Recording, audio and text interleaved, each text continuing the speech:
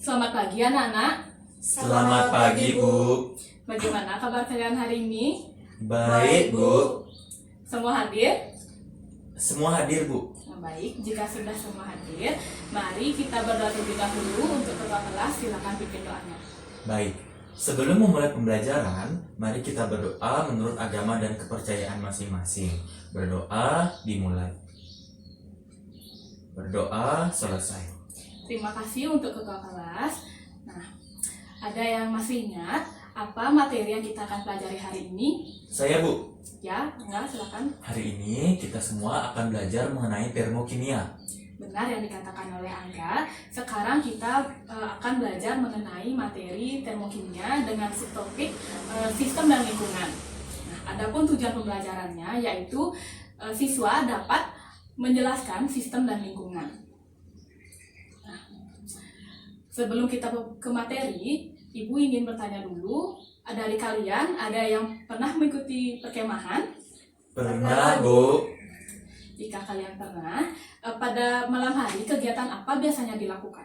Saya, Bu, Ya. kegiatan api unggun, Bu, di alam terbuka. Bagus ya, kegiatan yang pada malam hari itu dilakukan kegiatan api unggun. Nah, jika kalian berada di dekat api unggun, apa yang kalian rasakan? Saya, Bu, tubuh terasa panas jika berada di dekat api unggun. Bagus ya, kita akan merasakan panas, tubuh kita akan merasa panas jika kita berada di dekat api unggun. Nah, kalian sudah mengetahui peristiwa tersebut. Dari peristiwa tersebut, kalian apakah bisa menentukan mana yang termasuk sistem, mana yang termasuk lingkungan? Tidak, Bu. Nah, baik, jika kalian tidak mengetahuinya, mari kita mulai pembelajaran hari ini. Baik, Bu. Anak-anak, ada yang sudah mengetahui apa itu pengertian dari termokimia? Tidak, Bu. Baik, jika kalian belum tahu, di sini sekarang Ibu akan menjelaskan sedikit apa itu pengertian dari termokimia.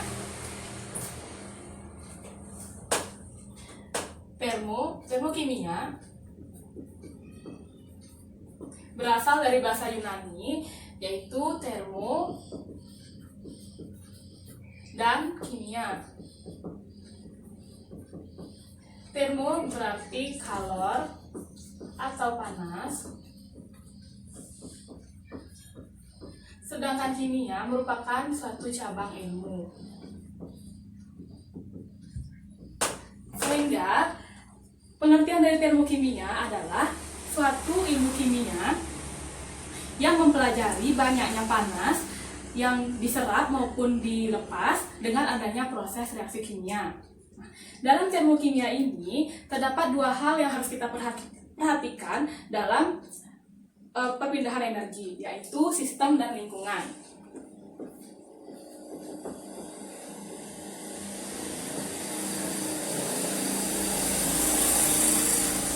Yang mana pengertian dari sistem adalah segala sesuatu yang menjadi pusat perhatian, sedangkan lingkungan merupakan segala sesuatu yang berada di sekitar sistem dan dapat mempengaruhi sistem.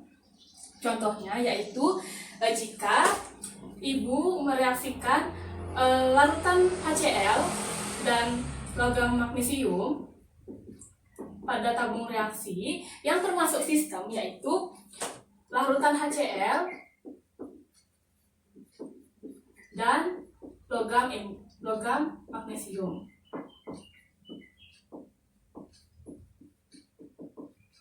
Sedangkan lingkungannya yaitu tabung reaksi.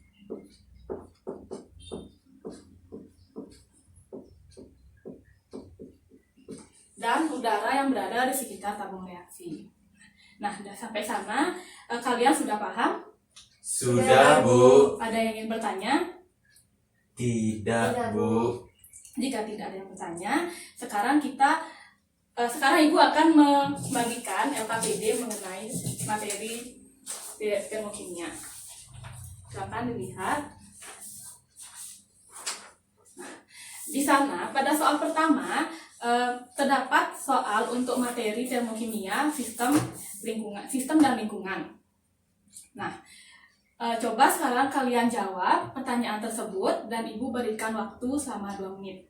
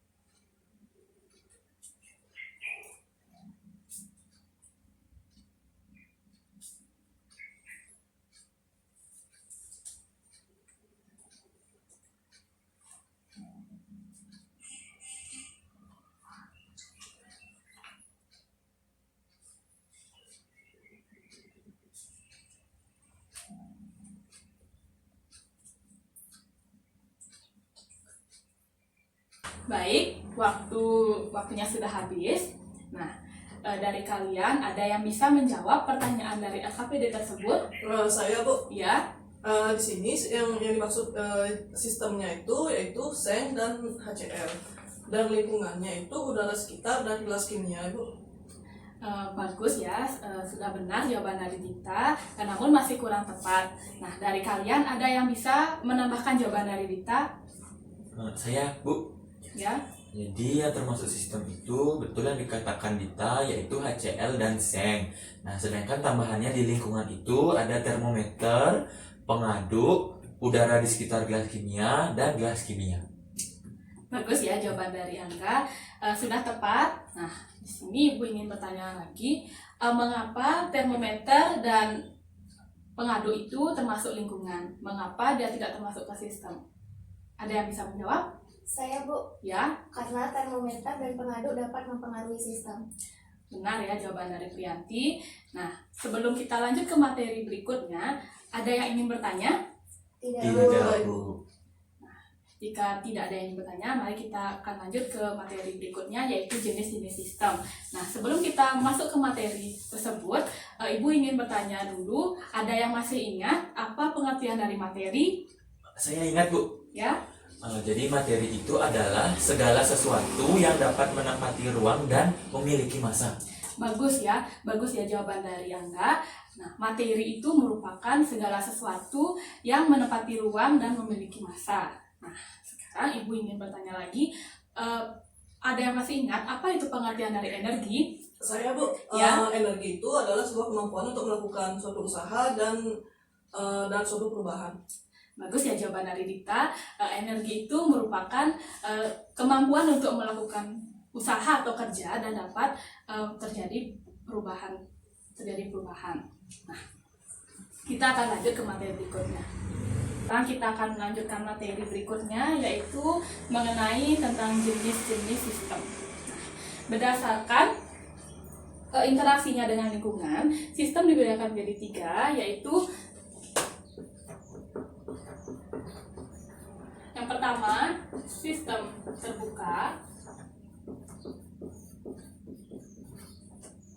sistem tertutup,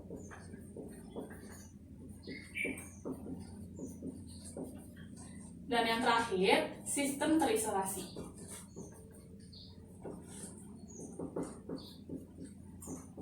Nah, yang pertama yaitu sistem terbuka. Sistem terbuka merupakan suatu sistem yang mengalami perpindahan energi dan materi dengan lingkungan. Contohnya yaitu air panas yang berada di gelas yang terbuka, yang mana yang merupakan materi yaitu uap air yang dihasilkan dari air panas ini, sedangkan energinya yaitu berupa panas yang berada di sekitar botol, di sekitar gelas ini. Nah, selanjutnya yang kedua yaitu sistem tertutup, yang mana sistem tertutup ini merupakan suatu sistem yang mengalami perpindahan energi namun tidak mengalami perpindahan materi dengan lingkungan. Contohnya yaitu air panas yang berada di gelas yang tertutup, yang mana yang terjadi perpindahan energi yaitu berupa panas yang berada di sekitar gelas tersebut. Nah, selanjutnya yang terakhir, sistem terisolasi. Sistem terisolasi merupakan sistem yang tidak mengalami perpindahan materi maupun energi dengan lingkungan. Contohnya yaitu air panas yang berada di dalam termos. Nah, sampai di sana kalian sudah paham? Sudah, Bu. Ada yang ingin bertanya? Saya, Ibu. Ya, silakan. Jadi dari contoh yang Ibu berikan tadi, yang termasuk sistem itu adalah air panas ya, Bu? Oke, Ibu tanggapi langsung. Yang termasuk sistem, ya benar yang dikatakan oleh Angga. Yang termasuk sistem di sini yaitu air panas, sedangkan lingkungannya yaitu gelas kaca ini dan udara yang berada di sekitar gelas kaca ini. Nah, kalian sudah paham? Sudah, Bu. Jika sudah paham, sekarang kita lihat LKPD yang Ibu berikan tadi. Nah, pada LKPD tersebut terdapat soal mengenai jenis-jenis sistem. Nah, sekarang kalian silakan jawab pertanyaan tersebut dan Ibu berikan waktu selama 2 menit.